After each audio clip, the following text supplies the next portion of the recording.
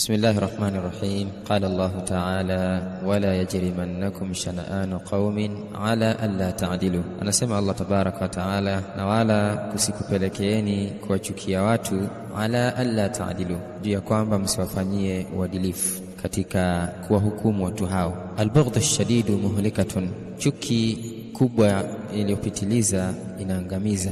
Walhubbu ash-shadidu muhlika, hivyo kupenda kulikopitiliza kunaangamiza. Waqad ibtulia Yusuf alayhi salamu bihima, Nabii Allah Yusuf alayhi salam alipewa mtihani kwa mambo yote haya mawili. Fa amma albughdhu ash-shadid, ama chuki kubwa iliyopitiliza, fakana sababan liilqaihi fil jub, ilikuwa ni sababu ya Nabii Allah Yusuf kutupa kisimani.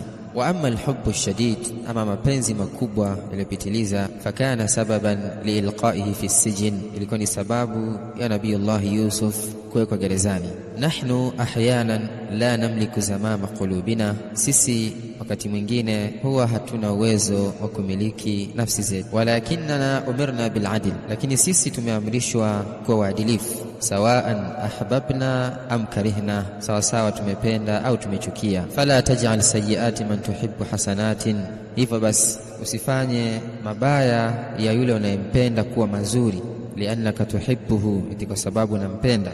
Wala taj'al hasanati man takrah, na wala usifanye mazuri ya yule unayemchukia sayyiat ukabadilisha kuwa mabaya. Liannaka takrahuhu, kwa sababu unamchukia. Kun adilan, kuwa mwadilifu. Wadha'i al-ashya fi amakiniha, naweka kila kitu sehemu yake as-sahiha, sehemu yake sahihi ambayo umetakiwa kufanya na sheria. Barakallahu fikum wa jazakumullahu khairan.